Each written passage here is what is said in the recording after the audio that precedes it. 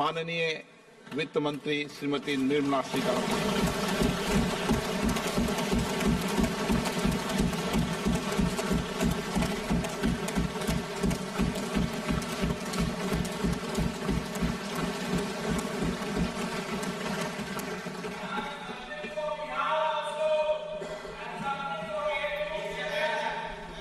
Honourable Speaker, I present the budget for 24-25.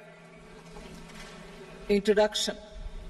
The people of India have reposed their faith in the government led by Honourable Prime Minister Shri Narendra Modi and re-elected it for a historic third term under his leadership.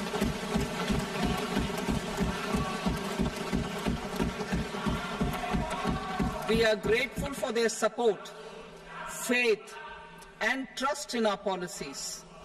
We are determined to ensure that all Indians, regardless of religion, caste, gender, and age, make substantial progress in realizing their life goals and aspirations. Global context. The global economy, while performing better than expected, is still in the grip of policy uncertainties. Elevated asset prices, political uncertainties, and shipping disruptions continue to pose significant downside risks for growth and upside risks to inflation. In this context, India's economic growth continues to be the shining exception and will remain so in the years ahead.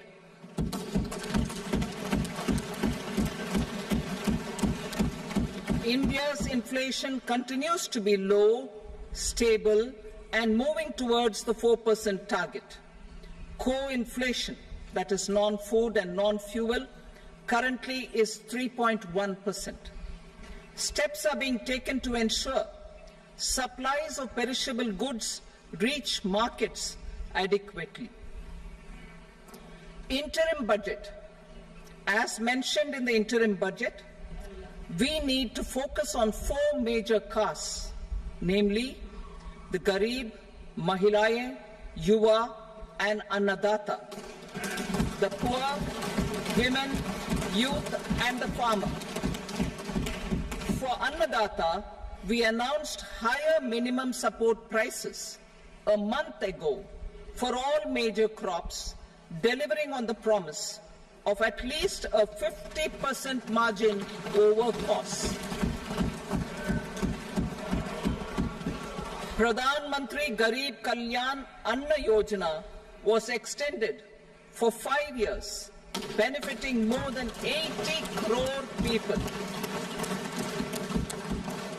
Administrative actions for approval and implementation of various schemes announced in the interim budget are well underway. The required allocations have been made. Budget theme.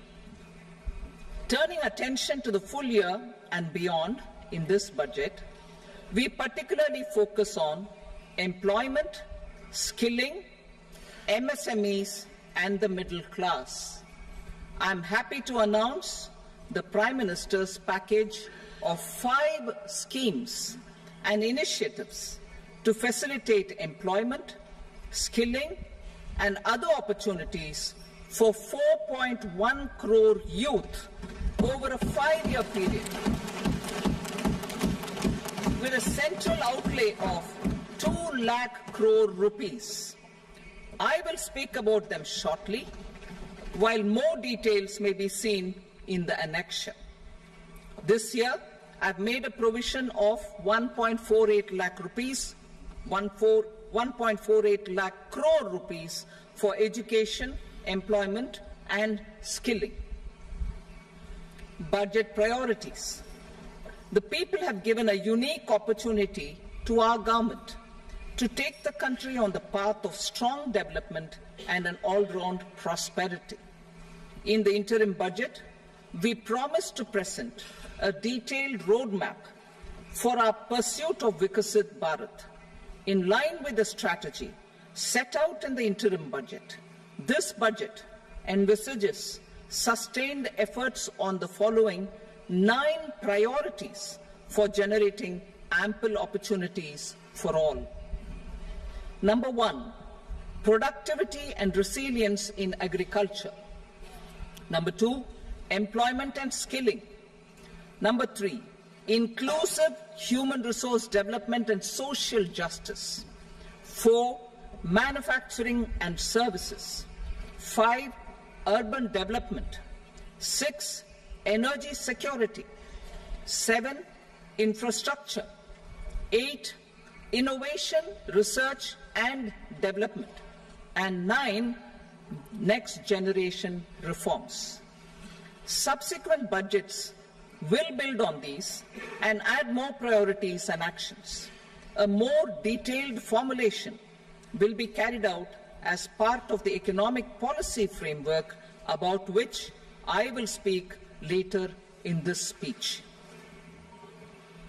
This budget details some of the specific actions to be initiated in the current year towards fulfillment of these priorities, with potential for transformative changes. The budget also covers some of the previously made announcements with intent to strengthen them and step up their implementation for expediting our journey towards the goal of Viksit Bharat. Priority 1, productivity and resilience in agriculture. Transforming agricultural research. Our government will undertake a comprehensive review of the agricultural research setup to bring the focus on raising productivity and developing climate-resilient varieties. Funding will be provided in challenge mode, including to the private sector. Domain experts, both from the government and outside, will oversee the conduct of such research. Release of new varieties.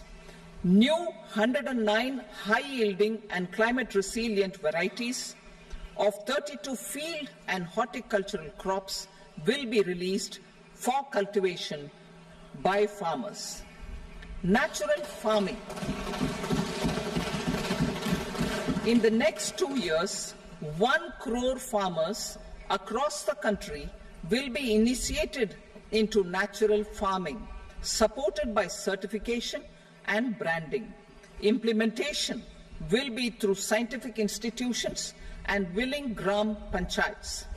10,000 need-based bio-input resource centers will be established. Missions for pulses and oilseeds. For achieving self-sufficiency in pulses and oilseeds, we will strengthen their production, storage, and marketing. As announced in the interim budget, a strategy is being put in place to achieve Atmanirbharta for oilseeds such as mustard, groundnut, sesame, soybean, and sunflower. Vegetable production and supply chains. Large-scale clusters for vegetable production will be developed closer to major consumption centers. We will promote farmer-producer organizations, cooperatives, and startups for vegetable supply chains, including for collection and storage and marketing. Digital public infrastructure for agriculture. Buoyed by the success of the pilot project, our government, in partnership with the states, will facilitate the implementation of the digital public infrastructure in agriculture for coverage of farmers and their lands in 3 years. During this year, digital crop survey for Kharif using the DPI will be taken up in 400 districts. The details of 6 crore farmers and their lands will be brought into the farmer and land registries. Further, the issuance of Jan Samarth based Kisan credit cards will be enabled in 5 states. shrimp production and export. Financial support for setting up a network of nucleus breeding centers for shrimp brood stocks will be provided. Financing for shrimp farming, processing and export will be facilitated through NABARD. National Cooperation Policy.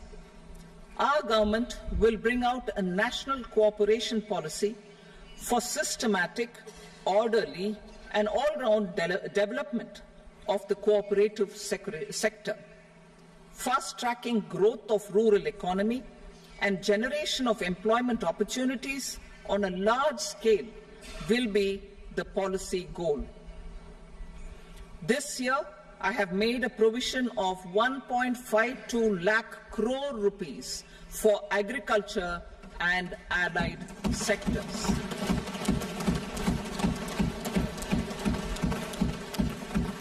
Priority 2, employment and skilling. Employment-linked incentive. Our government will implement following 3 schemes for employment-linked incentive as part of the Prime Minister's package. These will be based on enrollment in the EPFO and focus on recognition of first-time employees and support to employees and employers. Scheme A, first-timers. This scheme will provide 1 month wage to all persons newly entering the workforce in all formal sectors.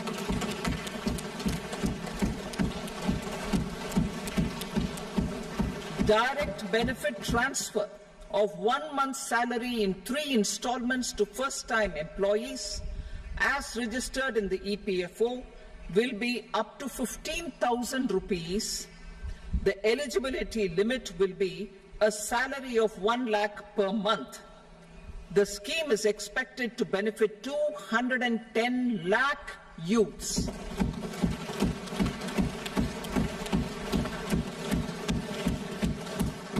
Scheme B, job creation in manufacturing.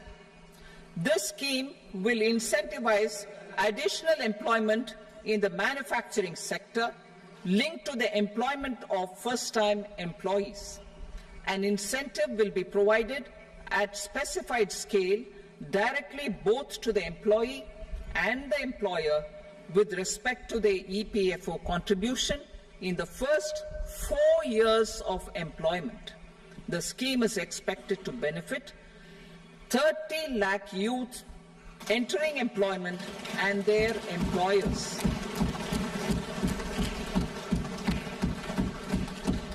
Scheme C, support to employers. This employer-focused scheme will cover additional employment in all sectors. All additional employment within a salary of 1 lakh rupee per month will be counted. The government will reimburse to employers up to 3,000 rupees per month for 2 years towards the EPFO contribution for each additional employee. The scheme is expected to incentivize additional employment of 50 lakh persons.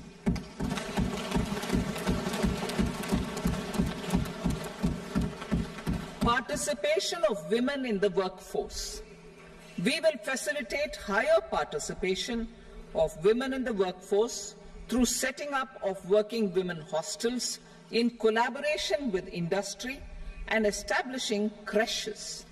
In addition, the partnership will seek to organize women-specific skilling programs and promotion of market access for women SHG enterprises. Skilling program. I'm happy to announce a new centrally sponsored scheme as the 4th scheme under the Prime Minister's package for skilling in collaboration with state governments and industry. 20 lakh youth will be skilled over a 5-year period.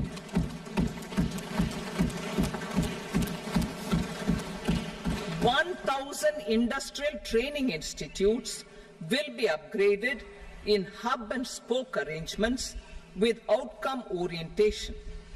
Course content and design will be aligned to the skill needs of industry, and new courses will be introduced for emerging needs. Skilling loans. The model skill loan scheme will be revised to facilitate loans up to 7.5 lakh rupees with a guarantee from a government-promoted fund. This measure is expected to help 25,000 students every year.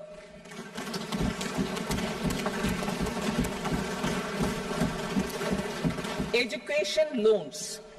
For helping our youth who have not been eligible for any benefit under government schemes and policies, I am happy to announce a financial support for loans up to 10 lakh rupees for higher education in domestic institutions.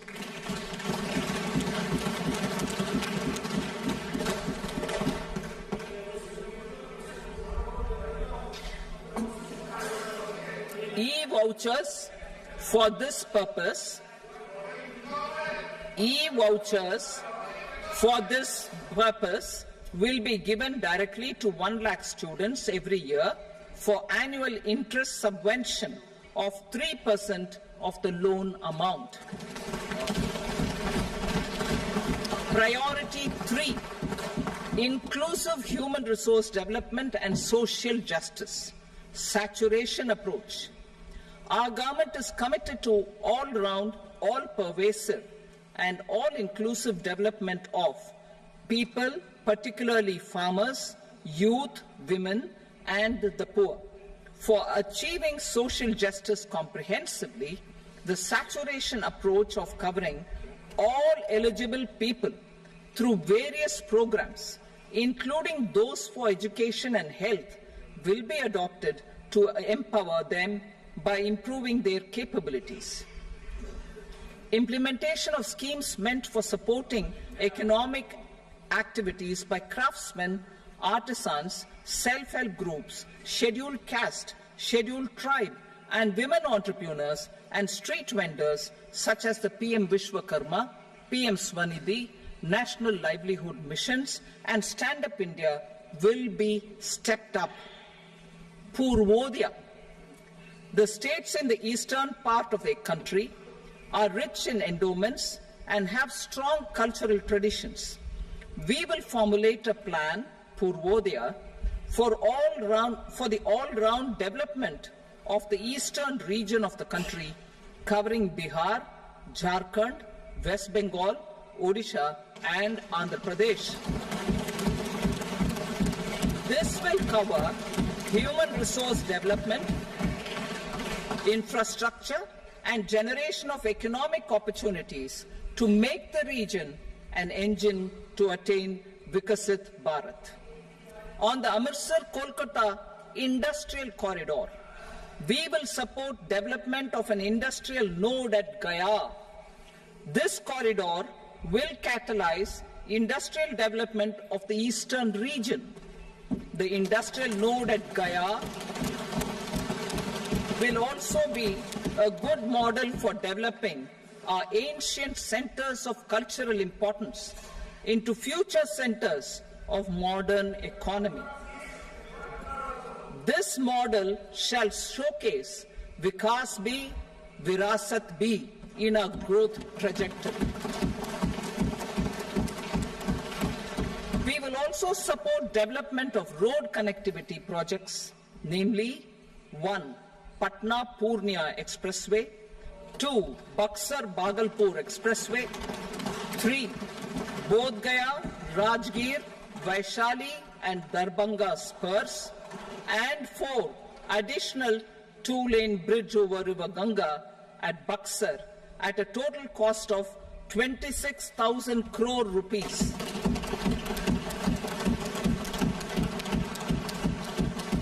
Power projects, including setting up of a new 2,400 megawatt power plant at Pir Painti, will be taken up at a cost of 21,400 crore rupees.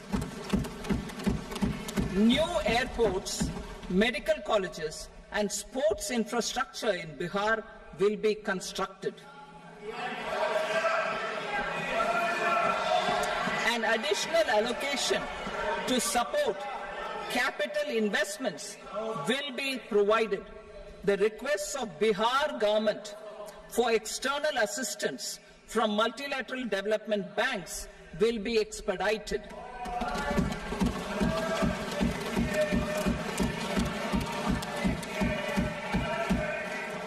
Andhra Pradesh Reorganization Act. Our government has made concerted efforts to fulfill the commitments in Andhra Pradesh Reorganization Act. Recognizing the state's need for the capital, recognizing the state's need for a capital, we will facilitate special financial support through multilateral development agencies. In the current financial year, 15,000 crore rupees will be arranged with additional amounts in future years.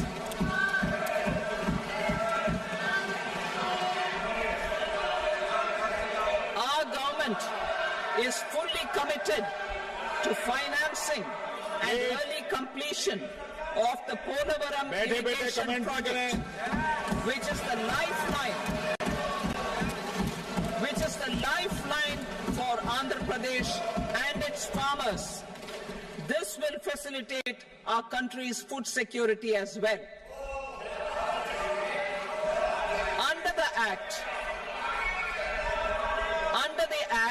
Andhra Pradesh Reorganization Act, for promoting industrial development, funds will be provided for essential infrastructure such as water, power, railways, and roads in Kopparthi node on the Visakhapatnam-Chennai Industrial Corridor and Varavakal node on the Hyderabad-Bengaluru Industrial Corridor. An additional allocation will be provided this year towards capital investment for economic growth. Grants for backward regions of Rayalaseema, Prakasham, North Coastal Andhra, as stated in the Act, will be provided. PM Awas Yojana. 3 crore additional houses under the PM Awas Yojana in rural and urban areas in the country have been announced, for which the necessary allocations are being made. Women-led development. For promoting women-led development, the budget carries an allocation of more than 3 lakh crore for schemes benefiting women and girls. This signals our government's commitment for enhancing women's role in economic development. Pradhan Mantri Janjatiya Unnat Gram Abhiyan. For improving the socio-economic condition of tribal communities, we will launch the Pradhan Mantri Janjatiya Unnat Gram Abhiyan by adopting saturation coverage for tribal families in tribal majority villages and aspirational districts.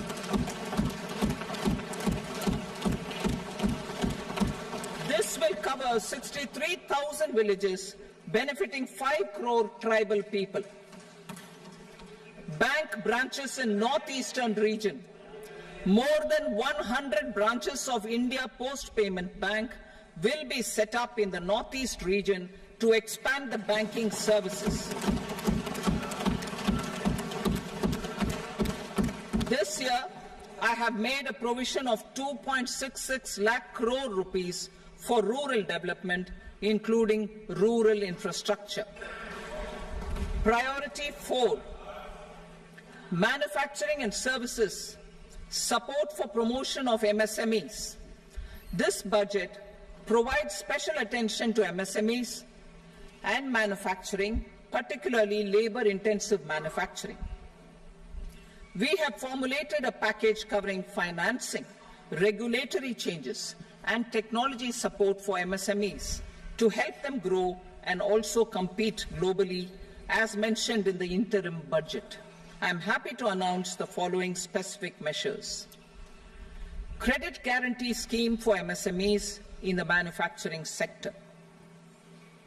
For facilitating term loans to MSMEs for purchase of machinery and equipment without collateral or third-party guarantee, a credit guarantee scheme will be introduced. The scheme will operate on pooling of credit risks of such MSMEs. A separately constituted self-financing guarantee fund will provide to each applicant guarantee cover up to 100 crore rupees, while the loan amount may be larger.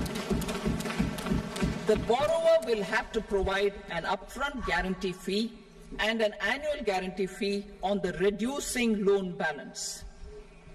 New assessment model for MSME credit.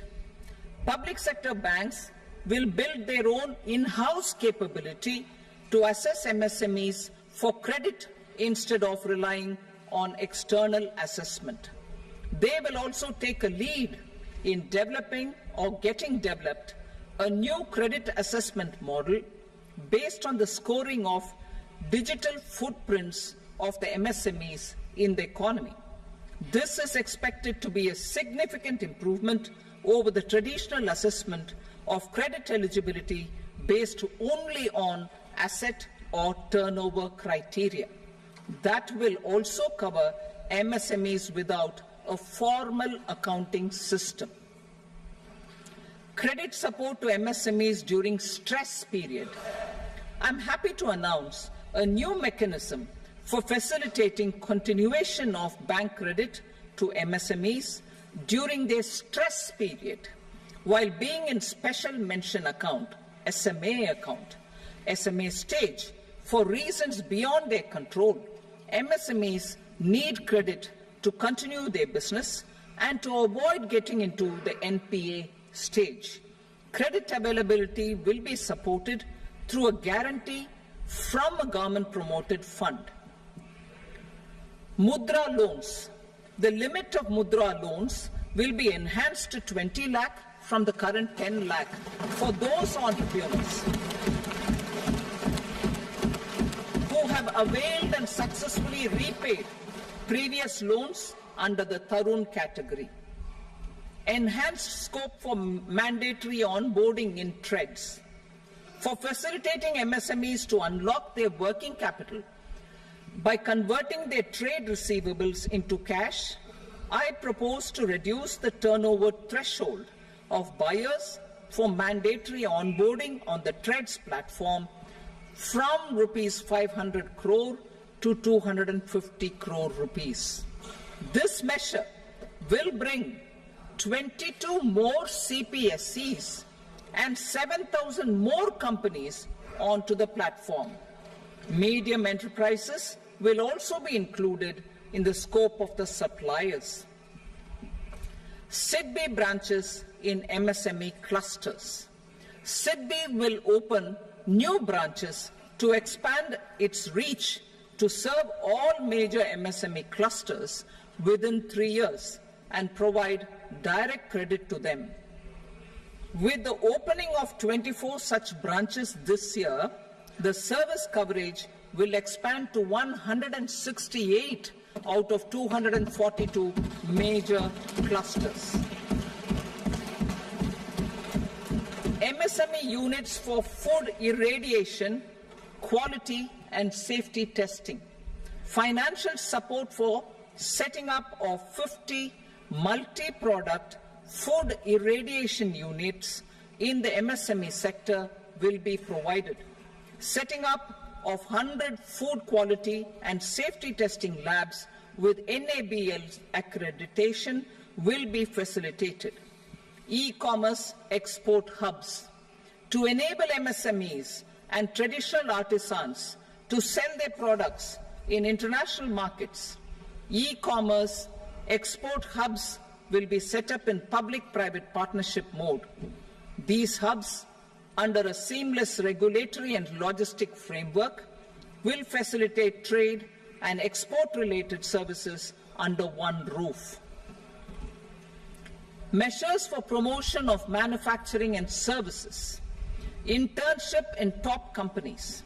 As the fifth scheme under Prime Minister's package, our government will launch a comprehensive scheme for providing internship opportunities in 500 top companies to 1 crore youth in 5 years. They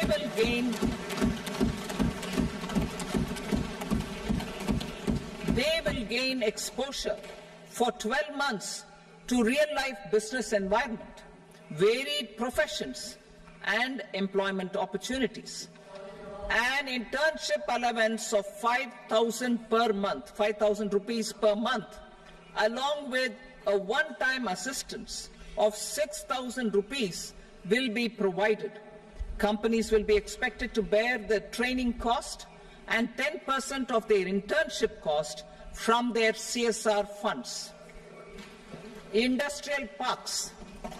Our government will facilitate development of investment-ready, plug-and-play industrial parks with complete infrastructure in or near 100 cities in partnership with the states and private sector by better using town planning schemes.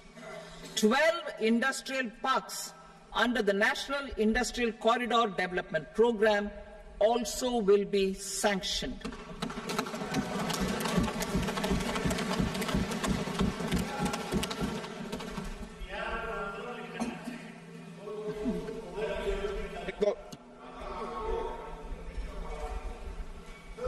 Veggie paper, no. Please, Patty.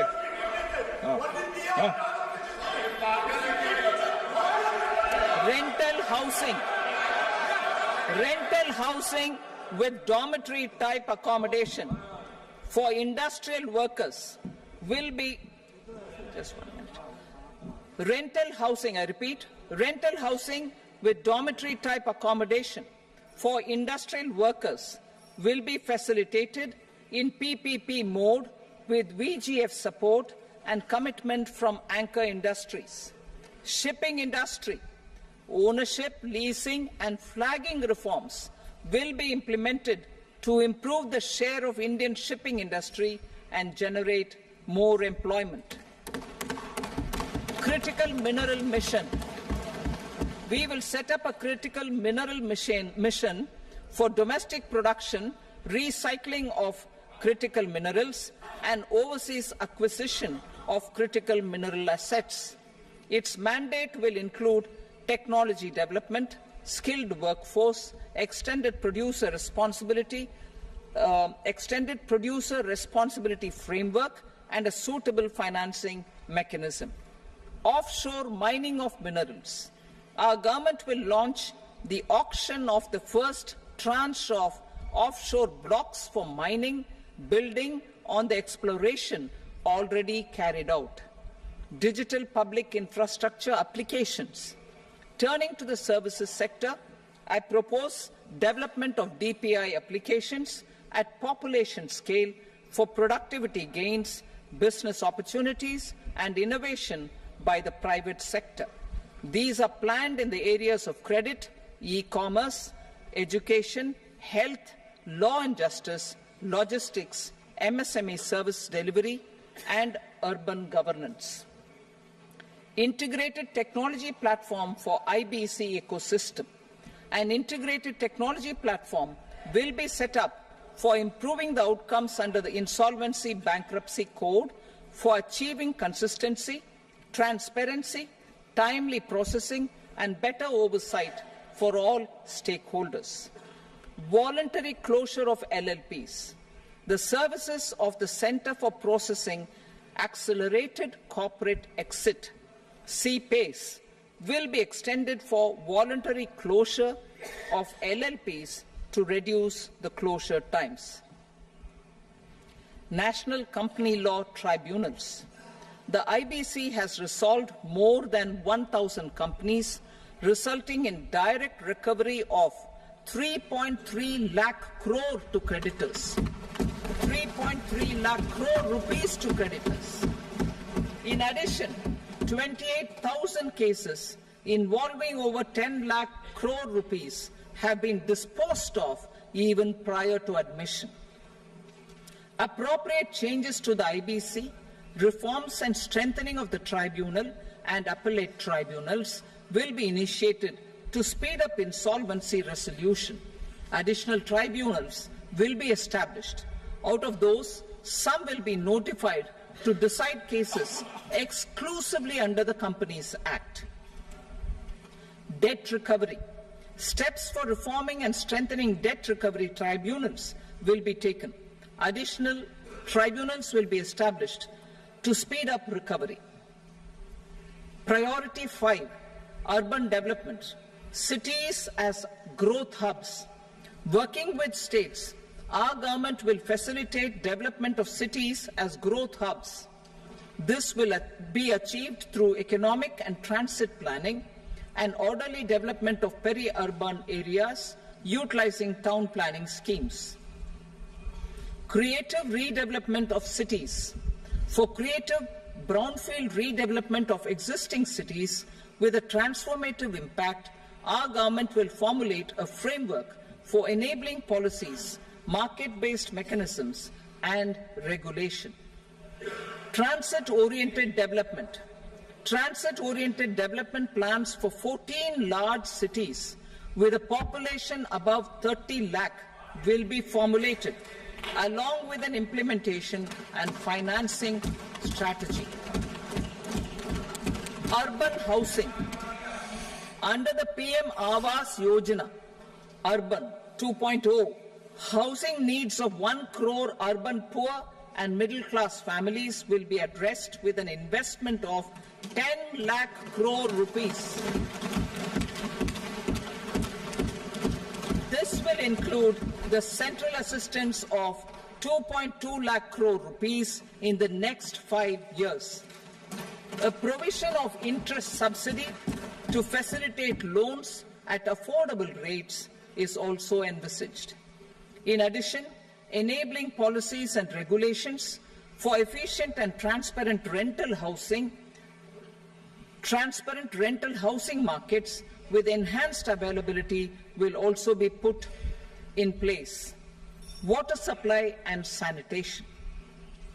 In partnership with state governments and multilateral development banks, we will promote water supply, sewage treatments, and solid waste management projects and services for 100 large cities through bankable projects. These projects will also envisage use of treated water for irrigation and filling up of tanks in nearby areas. Street markets. Building on the success of PM Swanidhi scheme in transforming the lives of street vendors, our government envisions a scheme to support each year over the next 5 years the development of 100 weekly hearts or street food hubs in select cities. Stamp duty. We will encourage states which continue to charge high stamp duty to moderate the rates for all and also consider further lowering duties for properties purchased by women. This reform will be made an essential component of urban development schemes. Priority 6, energy security. Energy transition. In the interim budget, I had announced our strategy to sustain high and more resource-efficient economic growth, along with the energy security in terms of availability, accessibility, and affordability. We will bring out a policy document on appropriate energy transition pathways that balances the imperatives of employment, growth, and environmental sustainability. PM Surya Ghar Muft Bijli Yojana. PM Surya Ghar Muft Bijli Yojana. In line with the announcement in the interim budget,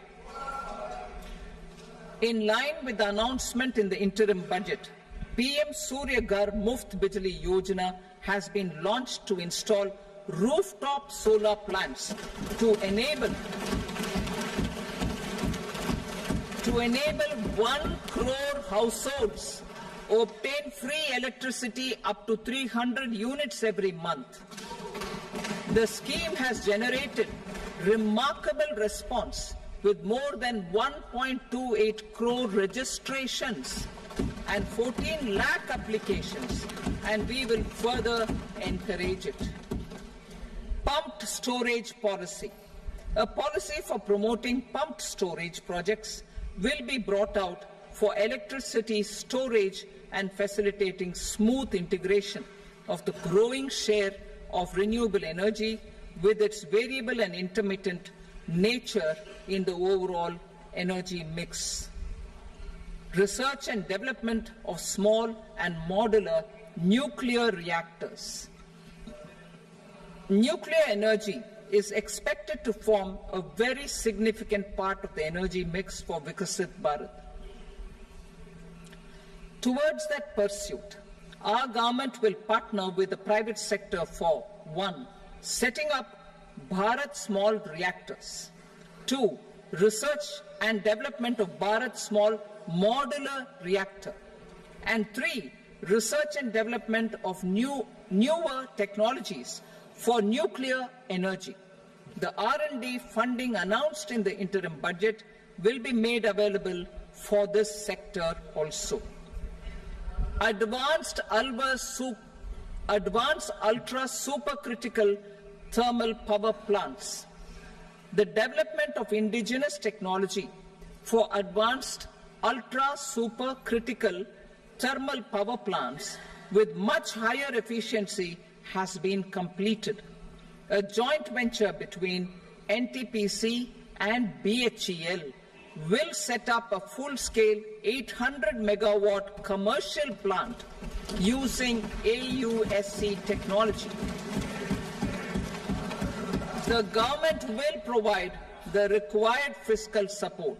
Moving forward, development of indigenous capacity for the production of high-grade steel and other advanced metallurgy materials for these plants will result in strong spin-off benefits for the economy. Roadmap for hard-to-abate industries. A roadmap for moving the hard-to-abate industries from energy efficiency targets to emission targets will be formulated.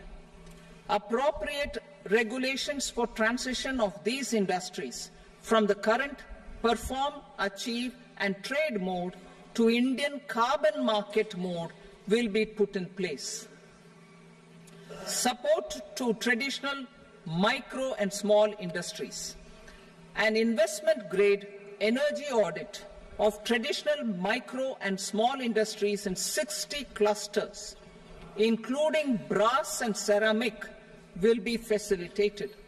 Financial support will be provided for shifting them to cleaner forms of energy and implementation of energy efficiency measures. The scheme will be replicated in another 100 clusters in the next phase. Priority 7, infrastructure investment by central government. Significant investment the central government has made over the years in building and improving infrastructure has had a strong multiplier effect on the economy. We will endeavour to maintain strong fiscal support for infrastructure over the next 5 years in conjunction with imperatives of other priorities and fiscal consolidation.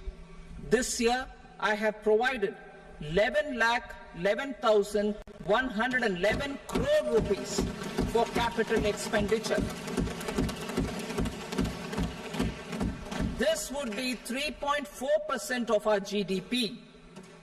Infrastructure investment by state governments. We will encourage states to provide support of similar scale for infrastructure, subject to their development priorities. A provision of 1.5 lakh crore rupees for long-term interest-free loans have been made this year, also to support the states in their resource allocation. Private investment in infrastructure. Investment in infrastructure by private sector will be promoted through viability gap funding and enabling policies and regulations. A market-based financing framework will be brought out. Pradhan Mantri Gram Sadak Yojana, Phase 4 of the PMGSY will be launched to provide all-weather connectivity to 25,000 rural habitations, which have become eligible in view of their population increase. Irrigation and flood mitigation. Bihar has frequently suffered from floods, many of them originating outside the country. Plans to build flood control structures in Nepal are yet to progress. Our government, through the Accelerated Irrigation Benefit Program and other sources, will provide financial support for projects with estimated cost of 11,500 crore rupees, such as the Kosi-Michi intra-state link and 20 other ongoing and new schemes, including barrages, river pollution abatement and irrigation projects. In addition, survey and investigation of Kosi-related flood mitigation and irrigation projects will be undertaken.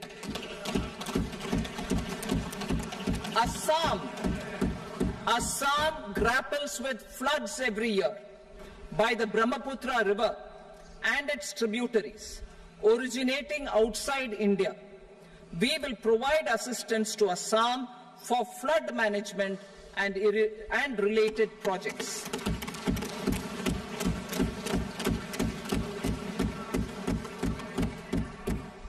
Himachal Pradesh suffered extensive losses due to floods last year. Our government will provide assistance to the state for reconstruction and rehabilitation through multilateral development assistance.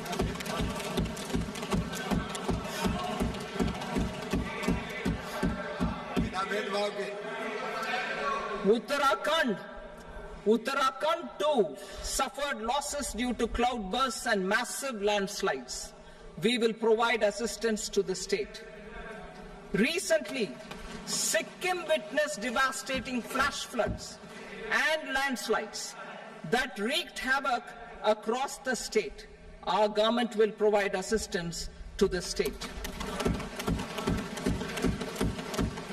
Tourism. Tourism has always been a part of our civilization. Our efforts in positioning India as a global tourist destination will also create jobs, stimulate investments, and unlock economic opportunities for other sectors. In addition to the measures outlined in the interim budget, I propose the following measures. Vishnupad Temple at Gaya and Mahabodhi Temple at Bodh Gaya in Bihar are of immense spiritual significance. Comprehensive development of Vishnupad Temple Corridor and Mahabodhi Temple Corridor will be supported, modeled on the successful Kashi Vishwanath Temple Corridor to transform them into world-class pilgrim and tourist destinations. Rajgir holds immense religious significance for Hindus, Buddhists and Jains. The 20th Tirthankara Muniswarata temple in the Jain temple complex is ancient. The Saptarishi, or the 7 hot springs, form a warm water Brahmkund that is sacred. A comprehensive development initiative for Rajgir will be undertaken. Our government will support the development of Nalanda as a tourist center, besides reviving Nalanda University to its glorious stature. Odisha's scenic beauty, temples, monuments, craftsmanship, wildlife sanctuaries, natural landscapes, and pristine beaches make it an ultimate tourism destination. Our government will provide assistance for their development to Odisha as well. Priority 8, innovation, research and development. We will operationalize the Anusandhan National Research Fund for basic research and prototype development. Further, we will set up a mechanism for spurring private sector-driven research and innovation at commercial scale with a financing pool of 1 lakh crore rupees in line with the announcement in the interim budget. Space economy. With our continued emphasis on expanding the space economy by 5 times in the next 10 years, a venture capital fund of 1,000 crore rupees will be set up. Priority 9, next generation reforms. Economic policy framework. We will formulate an economic policy framework to delineate the overarching approach to economic development and set the scope of the next generation of reforms for facilitating employment opportunities and sustaining high growth. Our government will initiate and incentivize reforms for 1. Improving productivity of factors of production, and 2. Facilitating markets and sectors to become more efficient. These reforms will cover all factors of production, namely land, labor, capital, and entrepreneurship, and technology as an enabler of improving total factor productivity and bridging inequality. Effective implementation of several of these reforms requires collaboration between the center and the states, and building consensus as development of the country lies in development of the states. For promoting competitive federalism and incentivizing states for faster implementation of reforms, I propose to earmark a significant part of the 50-year interest-free loan. Working with the states, we will initiate the following reforms.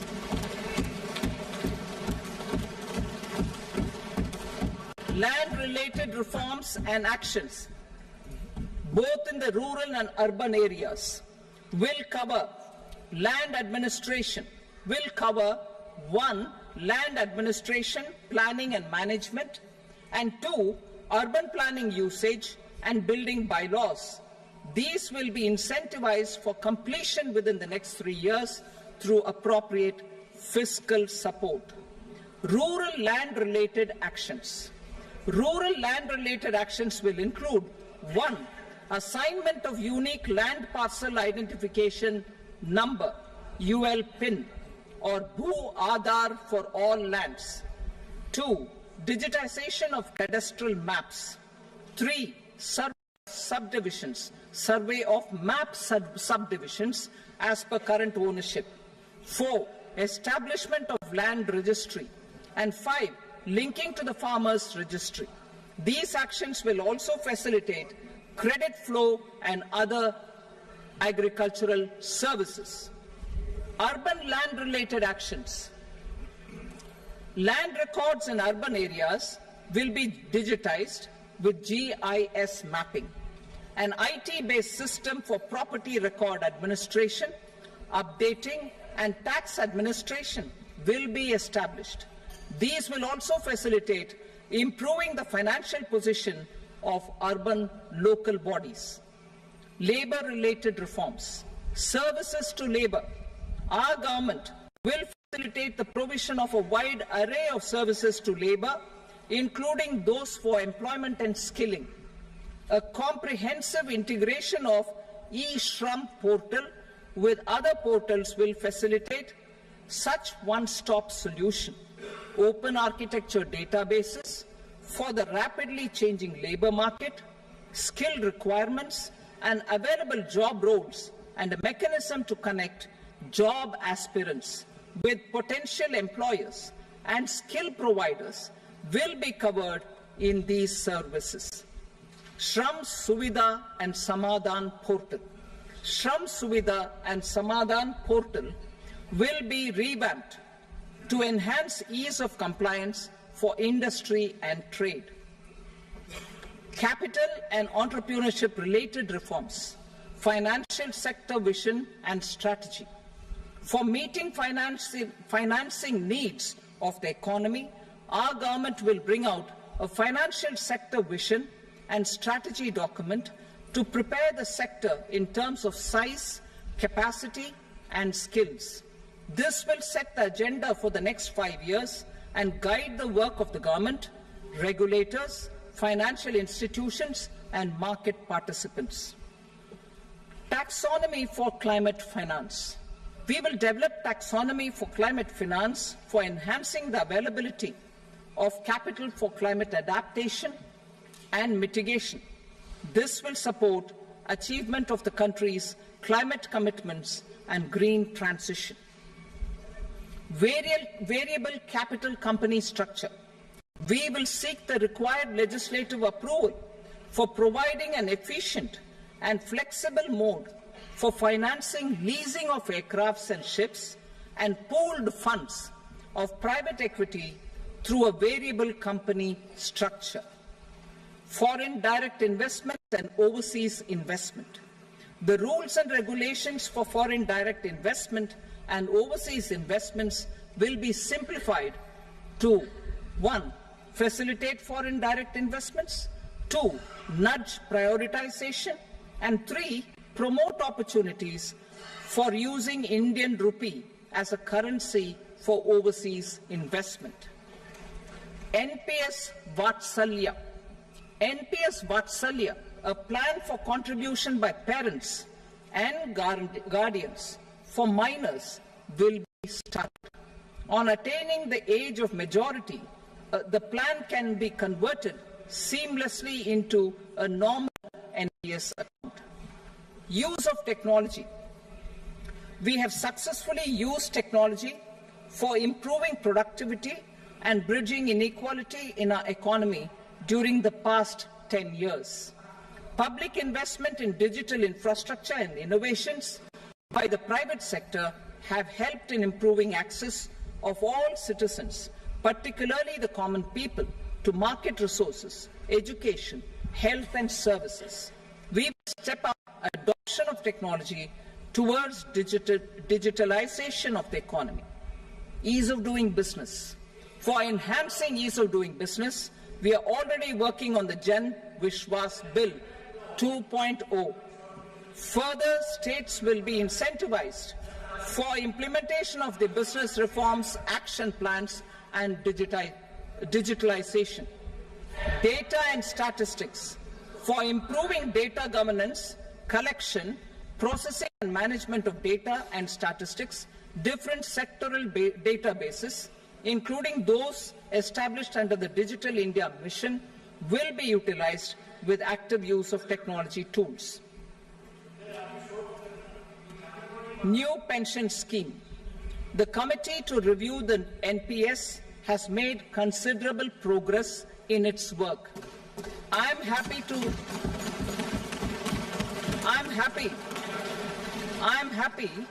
that the staff side of the National Council of the Joint Consultative Machinery for Central Government Employees has taken a constructive approach. A solution will be evolved which addresses the relevant issues while maintaining fiscal prudence to protect the common citizens. Budget estimates for 24-25.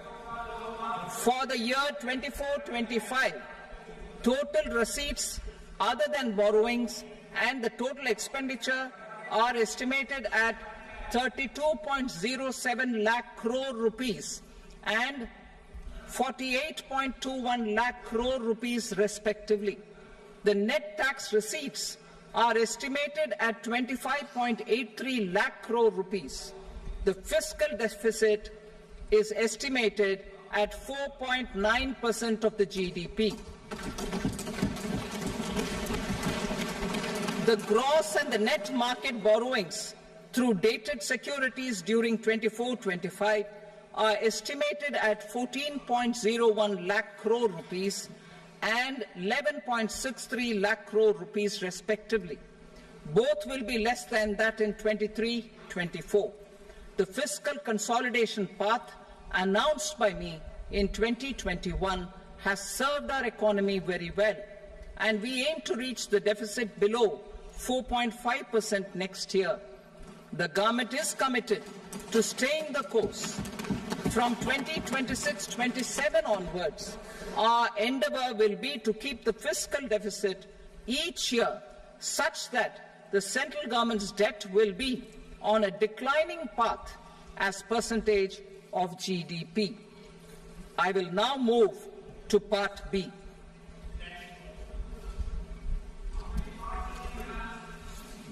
Indirect taxes.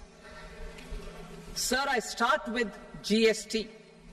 It has decreased tax incidence on the common man, reduced compliance burden and logistics cost for trade and industry, and enhanced revenues of the central and the state governments.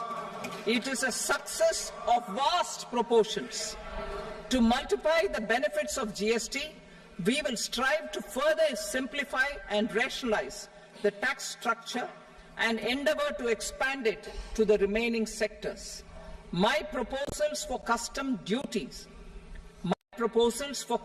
duties intend to support domestic manufacturing, deepen local value addition, promote export competitiveness, and simplify taxation while keeping the interest of the general public and consumers surmount.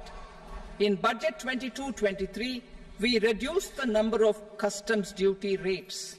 I propose to undertake a comprehensive review of the rate structure over the next 6 months to rationalize and simplify it for ease of trade, removal of duty inversion, and reduction of disputes. I shall now take up sector-specific customs duty proposals. Medicine and medical equipments. To provide relief to cancer patients, I propose to fully exempt 3 more medicines from customs duties.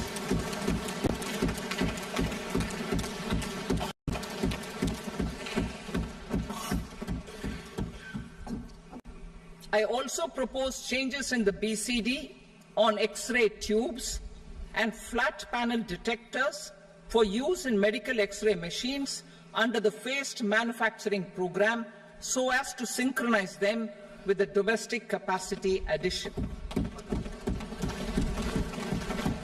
Mobile phone and related parts. With a 3-fold increase in domestic production and almost a 100-fold jump in exports of mobile phones over the last 6 years, the Indian mobile industry has matured. In the interest of consumers, I now propose to reduce the BCD on mobile phone, mobile PCBA, and mobile charger to 15%. Critical minerals. Minerals such as lithium, copper, cobalt, and rare earth elements are critical for sectors like nuclear energy, renewable energy, space, defense, telecommunications, and high-tech electronics. I propose to fully exempt customs duties on 25 critical minerals and reduce BCD on 2 of them. This will provide a major fillip to the processing and refining of such minerals and help secure their availability for these strategic and important sectors. Solar energy. Energy transition is critical in the fight against climate change. To support energy transition, I propose to expand the list of exempted capital goods for use in the manufacture of solar cells and panels in the country. Further, in view of sufficient domestic manufacturing capacity of solar gas, glass and tinned copper interconnect, I propose not to extend the exemption of custom duties provided to them. Marine products. India's seafood exports in the last financial year touched an all-time high of more than 60,000 crores of rupees. Frozen shrimp accounted for about 2/3 of these exports. To enhance their competitiveness, I propose to reduce BCD on certain broodstock, polychaete worms, shrimp and fish feed to 5%. I also propose to exempt customs duty on various inputs for manufacture of shrimp and fish feed. Leather and textile. Similarly, to enhance the competitiveness of exports in the leather and textile sectors, I propose to reduce BCD on real down-filling material from duck or goose. I am also making additions to the list of exempted goods for manufacture of leather and textile garments, footwear and other leather articles for export. To rectify inversion in duty, I propose to reduce BCD subject to conditions on methylene diphenyl diisocyanate MDI for manufacture of spandex yarn from 7.5 to 5%. Furthermore, the export duty structure on raw hides, skin and leather is proposed to be simplified and rationalized. Precious metals.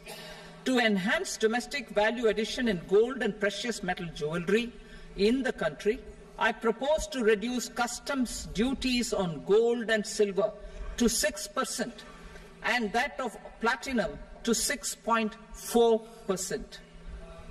Other metals. Steel and copper are important raw materials.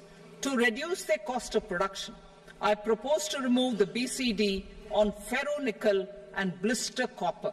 I am also continuing with nil BCD on ferrous scrap and nickel cathode and concessional BCD of 2.5% on copper scrap. Electronics. To increase value addition in the domestic electronics industry, I propose to remove the BCD subject to conditions on oxygen-free copper for manufacture of resistors. I also propose to exempt certain parts for manufacture of connectors. Chemicals and petrochemicals. To support existing and new capacities in the pipeline, I propose to increase the BCD on ammonium nitrate from 7.5% to 10%. Plastics. PVC flex banners are non-biodegradable and hazardous for environment and health. To curb their imports, I propose to raise the BCD on them from 10 to 25%. Telecommunication equipment. To incentivize domestic manufacturing, I propose to increase the BCD from 10 to 15% on PCBA of specified telecom equipment. Trade facilitation. To promote domestic aviation and boat and ship MRO, I propose to extend the period for export of goods imported for repairs from 6 months to 1 year. I'll read that again. To promote domestic aviation and boat and ship maintenance, repair and operations, I propose to extend the period for export of goods imported for repairs from 6 months to 1 year. In the same vein, I propose to extend the time limit for re-import of goods for repairs under warranty from 3 to 5 years. I now move to direct taxes. We will continue our efforts to simplify taxes, improve taxpayer services, provide tax certainty, and reduce litigation while enhancing revenues for funding the development and welfare schemes of the government. It has been our endeavour to simplify taxation. We have taken a number of measures in the last few years, including introduction of simplified tax regimes without exemptions and deductions for corporate tax and for personal income tax. This has been appreciated by taxpayers. 58% of corporate tax came from the simplified tax regime in the financial year 22-23. Similarly, as per data available till now, for the last fiscal, more than 2/3 have availed the new personal income tax regime. Comprehensive review of the Income Tax Act. I am now announcing a comprehensive review of the Income Tax Act 1961. The purpose is to make the Act concise, lucid, easy to read and understand. This will reduce disputes and litigation, thereby providing tax certainty to the taxpayers. I will also bring down the demand embroiled in litigation. It is proposed to be completed in 6 months. A beginning is being made in the Finance Bill by simplifying the tax regime for charities, tedious rate structures, provisions of reassessment and such provisions, and capital gains taxation. Simplification for charities and tedious. Two tax exemption regimes. The two tax exemption regimes for charities are proposed to be merged into one. The 5% tedious rate on many payments is being merged into the 2% tedious rate, and the 20% tedious rate on repurchase of units by mutual funds or UTI is being withdrawn. Tedious rate on e-commerce operators is proposed to be reduced from 1 to 0.1%. Moreover, credit of TCS is proposed to be given in the TDS to be deducted on salary. Further, I propose to decriminalize delay for payment of TDS up to the due date of filing statement for the same. I also plan to provide a standard operating procedure for TDS defaults and simplify and rationalize the compounding guidelines for such defaults. Simplification of reassessment. I propose to thoroughly simplify the provisions for reopening and reassessment. An assessment hereinafter can be reopened beyond 3 years from the end of the assessment year only if the escaped income is 50 lakh rupees or more, up to a maximum period of 5 years from the end of the assessment year. Even in such cases, a time limit of 6 years before the year of the search, as against the existing time limit of 10 years, is being proposed. This will reduce tax uncertainty and disputes. Simplification and rationalization of capital gains. Capital gains taxation is also proposed to be hugely simplified.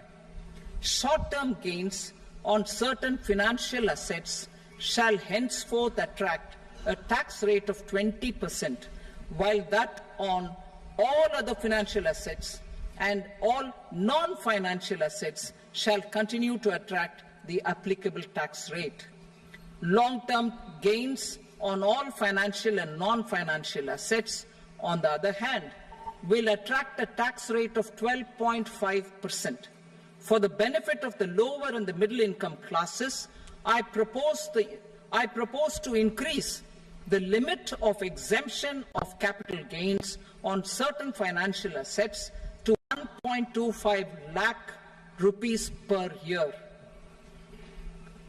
Listed financial assets held for more than a year will be classified as long-term, while unlisted financial assets and all non-financial assets will have to be held for at least 2 years to be classified as long-term.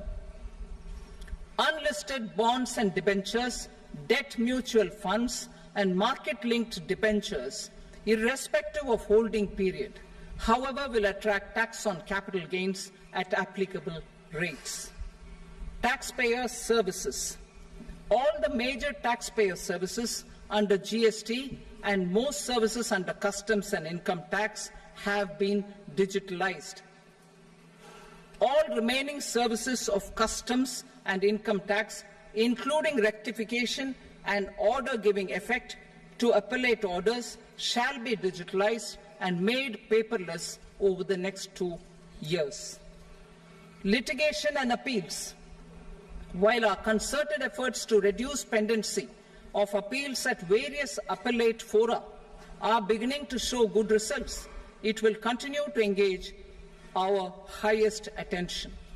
To dispose of the backlog of first appeals, I plan to deploy more officers to hear and decide such appeals, especially those with large tax effect.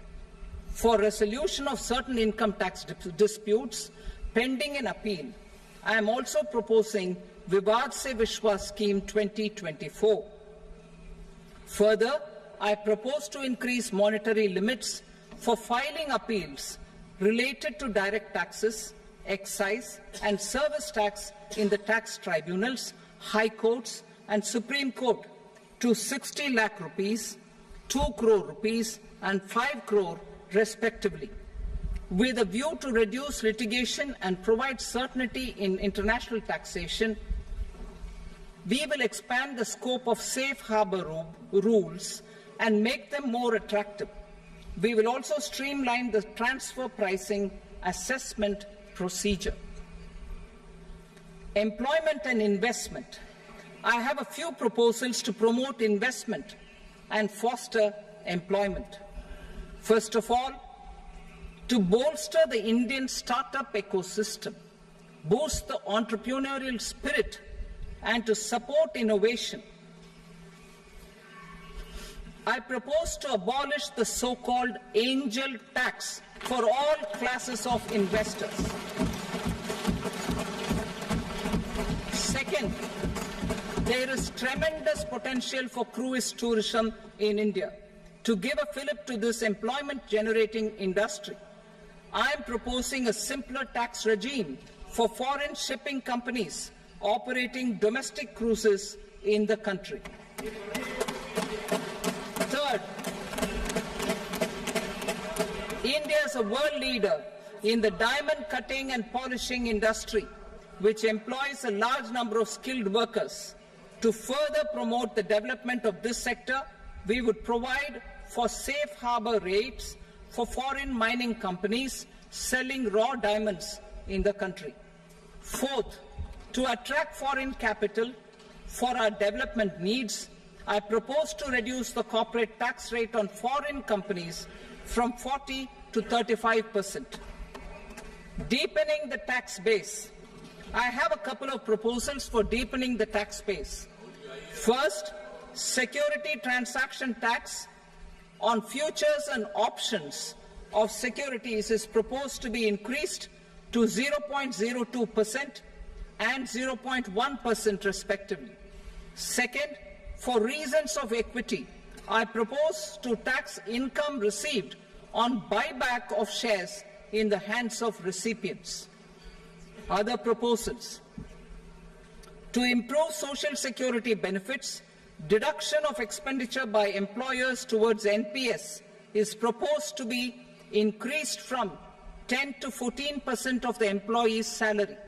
Similarly, deduction of this expenditure up to 14% of salary from the income of employees in private sector, public sector banks and undertakings opting for the new tax regime is proposed to be provided.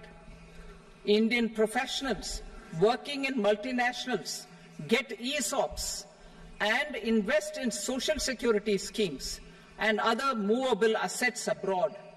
Non-reporting of such small foreign assets has penal consequences under the Black Money Act. Such non-reporting of movable assets up to 20 lakh rupees is proposed to be depenalized.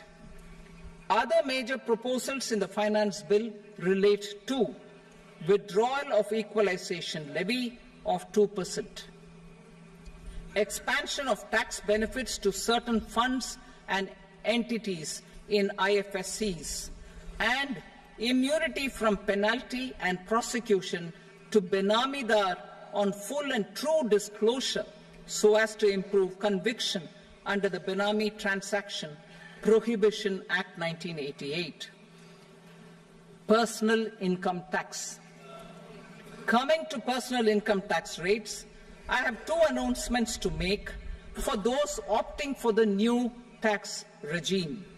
First, the standard deduction for salaried employees is proposed to be increased from 50,000 to 75,000 rupees.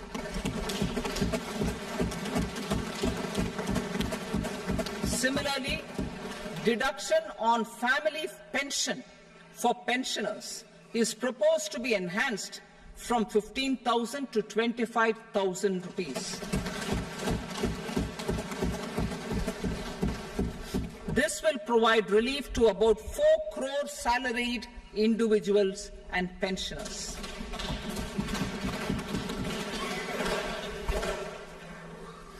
Second, in the new tax regime, the tax rate structure is proposed to be revised as follows: 0 to 3 lakh rupees, nil; 3 to 7 lakh rupees, 5%; 7 to 10 lakh rupees, 10%; 10 to 12 lakh rupees, 15%; 12 to 15 lakh rupees, 20%; and above 15 lakh rupees, 30%.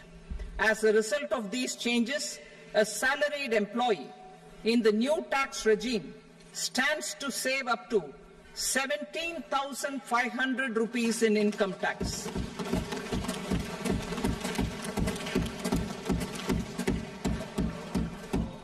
Apart from these, I am also making some other changes as given in the annexure. As a result of these proposals, revenue of about 37,000 crore, that is 29,000 crore in direct taxes and 8,000 crore in indirect taxes, will be foregone, while revenue of about 30,000 crore rupees will be additionally mobilized.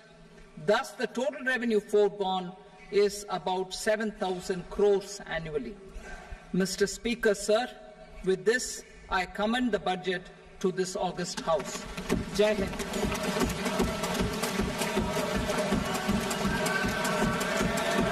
Item number 2. Item number 2.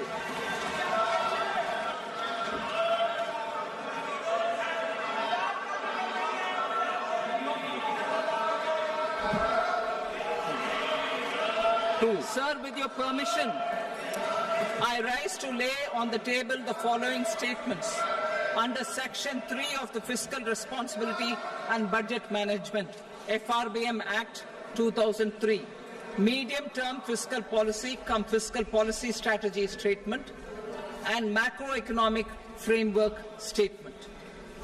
Item number 3. Sir, with your permission, I rise to move for leave to introduce the Finance Number 2 Bill 2024. प्रश्न ये कि विधेयक को पुनर्स्थापित करने की अनुमति प्रदान की जाए। जो सदस्य इसके पक्ष में हाँ कहें, जो सदस्य विरोध में ना कहें। मेरे विचार में निर्णय हाँ वालों के पक्ष में अनुमति प्रदान की जाती है। माननीय मंत्री जी, अब विधेयक पुनर्स्थापित करें। Sir, I introduce the bill. Item number 4. The Union Territory of Jammu and Kashmir budget, Sir, I rise to present a statement, Hindi and English versions, of the estimated receipts and expenditure of the Union Territory of Jammu Kashmir for the year 24-25.